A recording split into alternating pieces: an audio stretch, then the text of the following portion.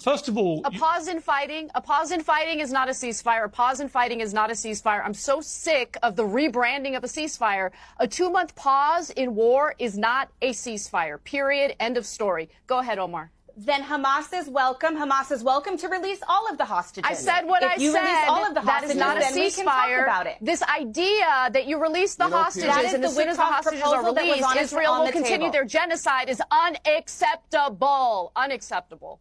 But anyway, continue. You know what else is unacceptable? The fact that there are more than 50 hostages being held by Hamas unacceptable. For more than 600 days. Individual. Let me ask you something. Emily. You were on this show. You were on this very show a year ago debating Abby Martin. And you said, you fancy yourself a journalist. During that debate, you said that Israel has no interest in occupying Gaza. Israel is now very obviously and overtly claiming they intend to occupy Gaza indefinitely, and they announced the construction of 22 illegal settlements in the West Bank, which they also intend to annex. Can you now admit to the world that you are incorrect? No, the situation on the ground changes. And beyond that, this could have been avoided in the first place if the hostages had been released and if Hamas had surrendered their weapons, which is something that Israel has stated repeatedly. You're a liar and you're vile. Continue with the ad hominem you're a propagandist for the Israeli government and you disgust me. I'm actually not. I've never worked for the Israeli government. All right. Do you have any more actual arguments, or are you just going to hurl? The last time I checked, let me blow shot at people. I've given you a good chance to speak there. Palestinians have died as they. I have to get this out. Okay. You want to talk about how Greta Thunberg got involved in some sort of, political theater, whatever. I don't care what anyone thinks about Greta Thunberg. I see that as a distraction. What it's distracting from is the fact that IDF soldiers are intentionally shooting at and killing desperate Palestinians as they're trying to get humanitarian aid from this Israeli-backed organization, which, of course, is able to even exist because they defamed UNRWA. They starved Palestinians for months. Shut up. They've starved Palestinians for months.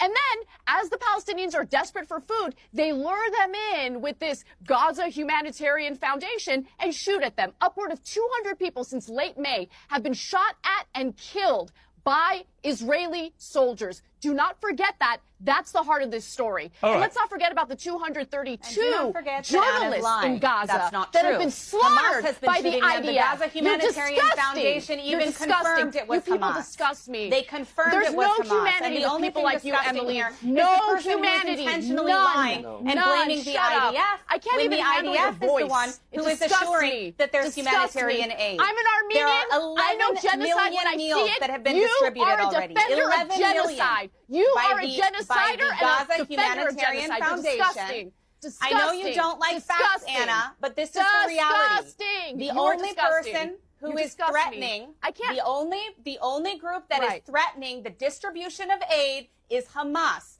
That is who has been shooting at innocent Palestinians. No military themselves. Israeli forces. It's a lie that has been debunked. Don't all talk over each other. Don't talk over each other. Like the Israelis are the victims. All right, here's what I would say. Emily, here's what I would say. Hamas shot at them. Here's what I would say. We don't actually know for a fact. Hamas shot at them. Okay, we don't actually know. We don't actually know for a fact who has done all this shooting. The most offensive part about this entire conversation is how people insult our intelligence as if we're morons and we don't see clearly what is happening on the ground right now. We see it clearly. The international community sees it clearly. The only reason why our politicians here in the United States back Israel, regardless of what it does, whether we're dealing with Democrats or Republicans, is because they're all bought. But the international community sees what's going on for what it is. And it is a genocide. There's an attempted ethnic cleansing. And I'm sorry, but Egypt's not interested in aiding and abetting the ethnic cleansing of Palestinians from Gaza on behalf of the Israeli government. Not interested. No, actually, Egypt is not interested in welcoming the Palestinian people, which is why they bombed Rafah 20 years ago. But the mainstream media never spoke about it because it really didn't ruin the narrative. And the second point I want to say is if that argument, Anna, that you are using was used in the 1930s and 40s, that Jews should not be safely evacuated to the United States. Right, I know. One trick pony. They need to stay in Germany. They need to stay in Poland. Otherwise, it's an ethnic cleansing. What a ridiculous argument. You're not going to silence my ass by invoking the Holocaust or calling me an anti-Semite. I don't give a shit. Okay, I see what's happening clearly. I'm going to speak up about it, and no one's going to shut me up. period. End of story. We see what's going on. The entire international community sees what's happening. The Israeli government wants to genocide and ethnically cleanse Palestinians, not just from Gaza, but the West Bank too. Look at the terror they're dealing with in the West Bank. Amazing. What I find, hang on, Shabbos, please. Hang on. I want to go to Emily.